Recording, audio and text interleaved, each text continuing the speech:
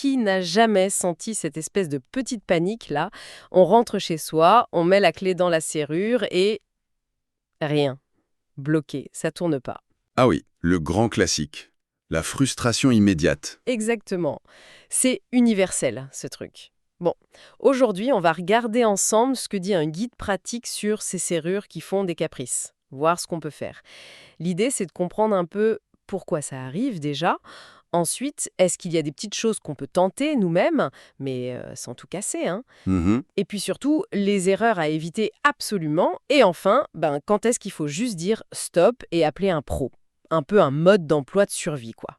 C'est ça. Alors, on attaque ce mystère de la serrure bloquée. Pour décortiquer les causes, je me tourne vers vous. Bon, la première étape logique, c'est de comprendre pourquoi. Pourquoi cette clé refuse de tourner tout d'un coup? Qu'est-ce que notre source nous dit là-dessus? Alors effectivement, une serrure, ça a l'air simple, mais c'est une petite mécanique assez précise. Et ça peut se coincer pour plusieurs raisons. Le document qu'on a, il met en avant 4 causes principales. D'accord. La première, c'est l'usure à l'intérieur, les fameuses goupilles. Ah oui, les goupilles. Voilà. Faut imaginer des tout petits cylindres en métal de tailles différentes. Quand on met la bonne clé, ça les aligne parfaitement. Et ça permet au cylindre de tourner. Mais avec le temps, elles s'usent, elles s'arrondissent un peu. Et du coup, l'alignement se fait plus. C'est ça. Ça coince. C'est une question de précision millimétrique. Donc la moindre usure peut suffire. Pas étonnant que ça bloque si facilement alors. Et les autres causes? Quoi d'autre? Deuxième cause, c'est la clé. Ah, la clé elle-même. Oui, on y pense moins, mais c'est logique. Une clé qu'on utilise tous les jours, des milliers de fois, elle finit par s'émousser.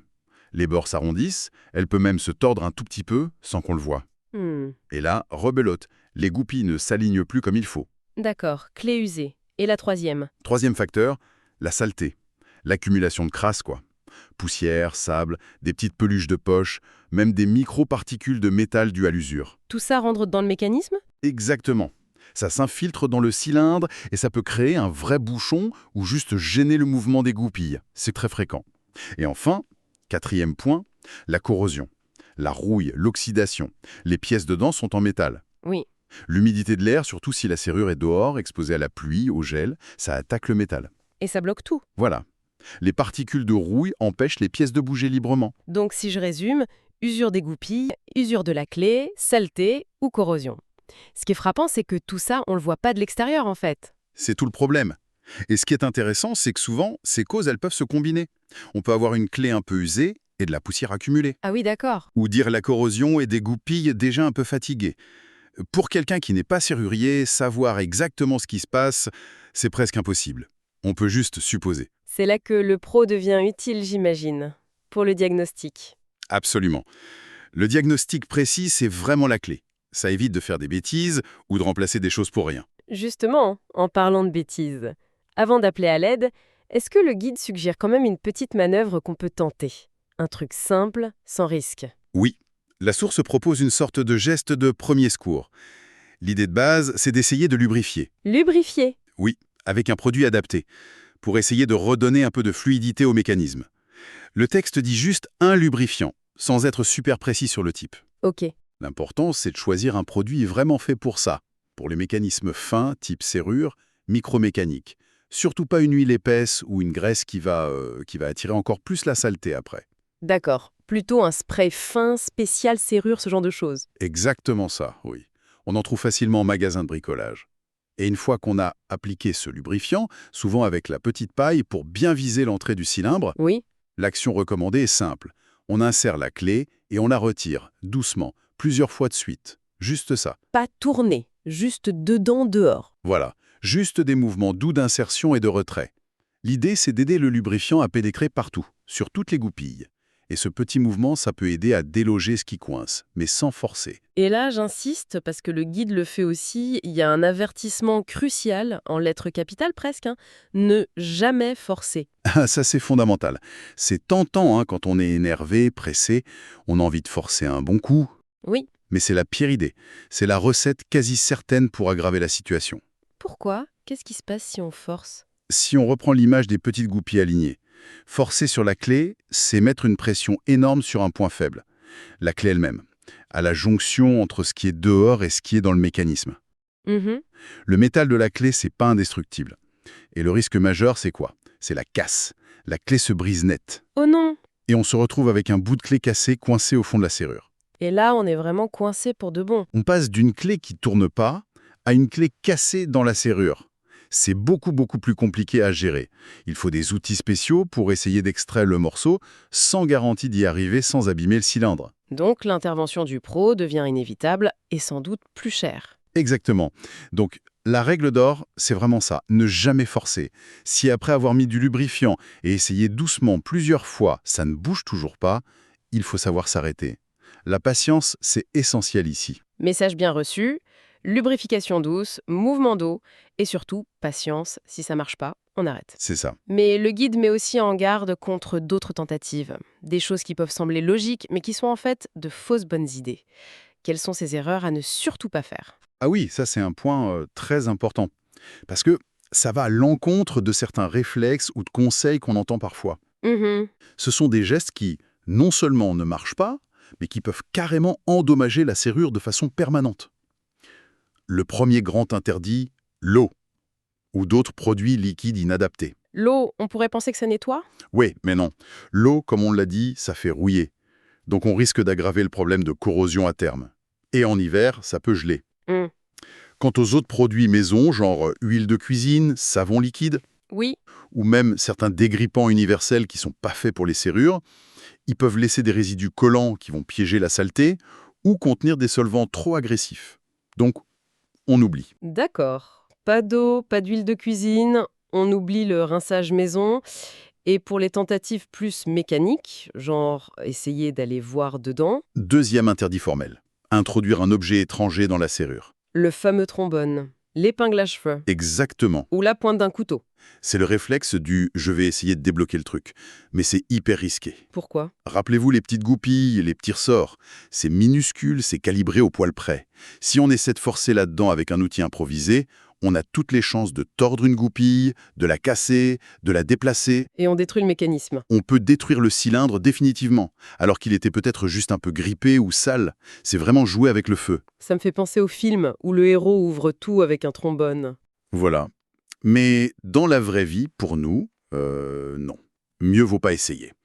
Le crochetage, c'est un vrai métier avec des outils spéciaux et une technique précise pour ne rien abîmer. D'accord, donc pas de bidouille avec des objets pointus. Et il y a autre chose? Oui, une troisième fausse bonne idée, dénoncée par notre source. Chauffer la serrure. Ah, Le coup du briquet ou du chalumeau. oui. L'idée derrière, c'est que la chaleur dilate le métal et que ça va décoincer. Sauf que le guide est très clair là-dessus. Premio, c'est inefficace pour les blocages internes habituels. La dilatation serait trop faible, mal ciblée. Hmm. Et secondo, et c'est le plus important, c'est dangereux. Risque de se brûler, risque d'abîmer la porte, la peinture, le bois, le PVC autour. Oui, c'est vrai. Et même risque d'altérer le traitement thermique du métal de la serrure elle-même. Donc chauffer, c'est non. Totalement à proscrire. D'accord, donc on oublie définitivement cette image d'Épinal du chalumeau sur la serrure. Pas d'eau, pas de produits bizarres, pas d'objets dedans, pas de chaleur. La liste des à ne pas faire est assez claire finalement. Oui, et pleine de bon sens quand on y pense. Ce qui nous ramène au point de départ, si notre lubrification douce n'a rien donné. Donc on récapitule, on a une petite idée des causes possibles, usure, saleté, rouille. On a tenté de lubrifiant sans forcer. Ça marche pas, on a sagement évité toutes les méthodes destructives. La seule option raisonnable qui reste, c'est celle recommandée par la source, appeler un serrurier. C'est la suite logique et la plus sûre, oui. Qu'est-ce qui justifie cet appel concrètement? Qu'est-ce que le pro apporte de plus que nos tentatives? Mais plusieurs choses décisives. D'abord, il a l'équipement. Il ne vient pas juste avec sa clé et un tournevis. Non, j'imagine. Il y a des outils de diagnostic spécifiques. Parfois, des petites caméras pour regarder dedans sans tout démonter, des extracteurs si jamais une clé est cassée. Ah oui. Des outils de crochetage aussi, mais utilisés par un pro, c'est pas pour forcer, c'est pour tester la mobilité de chaque goupille, pour comprendre où exactement ça bloque. Et bien sûr, il a accès à des pièces de rechange si besoin. Donc l'outillage, c'est une chose. Mais vous parliez de diagnostic tout à l'heure. C'est vraiment ça le plus important. Pour moi, oui, c'est fondamental. Grâce à son expérience et à ses outils, le serrurier peut vraiment savoir pourquoi ça bloque. Est-ce que c'est juste très sale et il faut un nettoyage spécial? Est-ce qu'une goupille est cassée? Est-ce que le cylindre a été abîmé? Peut-être lors d'une tentative d'effraction qu'on n'avait même pas remarqué? Hmm. Est-ce que c'est juste le cylindre qui est usé ou est-ce que toute la serrure est vieille et plus très sûre? Ce diagnostic précis, c'est ce qui va déterminer la meilleure solution, la plus adaptée et souvent la moins chère au final. Et c'est quoi justement ces solutions possibles? Est-ce qu'on doit toujours tout changer, toute la serrure? Ah non, pas forcément. Et c'est là l'intérêt d'avoir un bon diagnostic. Si le problème vient juste du cylindre, c'est la partie où on met la clé, un bon pro va souvent proposer de changer juste cette pièce. D'accord, juste le petit barillet. Voilà. C'est plus rapide et moins cher que tout remplacer. La serrure, la poignée. Si c'est une petite pièce interne qui est défectueuse ou juste déplacée, parfois il peut réparer, ajuster le mécanisme existant. D'accord. Bien sûr, si la serrure est vraiment très vieille ou abîmée ou si elle ne correspond plus aux normes de sécurité actuelles, là oui, il va conseiller un remplacement complet pour être sûr que la porte soit bien protégée. L'objectif, c'est pas juste d'ouvrir la porte, mais aussi qu'elle referme bien et qu'elle soit sûre après. Exactement. Si on prend un peu de recul, comme le suggère la source, faire appel à un professionnel, c'est pas juste un dépannage.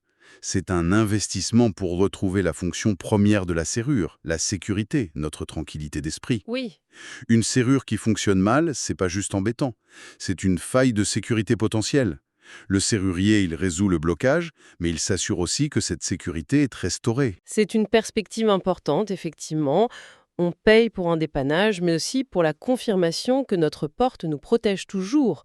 Bon, alors si on devait résumer l'essentiel de ce qu'on a retiré de cette exploration du guide Géonet. Premièrement, comprendre les causes possibles. Usure de la clé ou du mécanisme, saleté, corrosion. Mhm. Deuxièmement, la seule action maison à tenter, c'est la lubrification douce, avec le bon produit et surtout sans jamais forcer. Exact. Troisièmement, se souvenir de tout ce qu'il ne faut pas faire. Pas d'eau, pas de produits bizarres, pas d'objets pointus dedans, pas de chaleur. Ça risque juste d'empirer les choses. Tout à fait. Et enfin, quatrièmement, si la méthode douce ne fonctionne pas, la solution la plus sûre et la plus raisonnable, c'est de contacter un serrurier. Lui seul peut faire un diagnostic fiable et proposer la bonne solution, réparation ou remplacement, pour que ça marche et que ce soit sûr. C'est une excellente synthèse des points clés. Oui.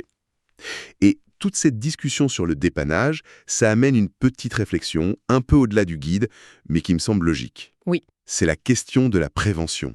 Le guide nous dit quoi faire quand ça coince déjà. Mais est-ce qu'on ne pourrait pas éviter, au moins en partie, de se retrouver dans cette situation? Comment? On pourrait imaginer un entretien préventif tout simple. Une petite lubrification avec le bon produit 1 ou 2 fois par an. Juste un petit coup de spray dans les serrures qu'on utilise le plus ou celles qui sont dehors. Avant que les problèmes n'arrivent. Exactement. Avant d'avoir des symptômes, est-ce que ce petit geste régulier ne permettrait pas de garder le mécanisme fluide, de chasser un peu l'humidité, de ralentir l'usure et la corrosion, et donc de prolonger la vie de nos serrures et de diminuer le risque de rester bloqué sur le palier? C'est une piste intéressante, ça. Oui, passer du mode pompier quand ça brûle déjà au mode entretien régulier. Ça pourrait peut-être nous épargner pas mal de ces frustrations de clés qui refusent de tourner. Une idée à méditer, hein. Très juste. Pensez à l'entretien avant la panne. Une approche simple, pleine de bon sens. C'est une excellente note préventive pour conclure notre analyse d'aujourd'hui. On voit qu'un petit problème du quotidien comme une clé bloquée, ça demande finalement des réflexes assez mesurés pour ne pas que ça devienne un gros souci.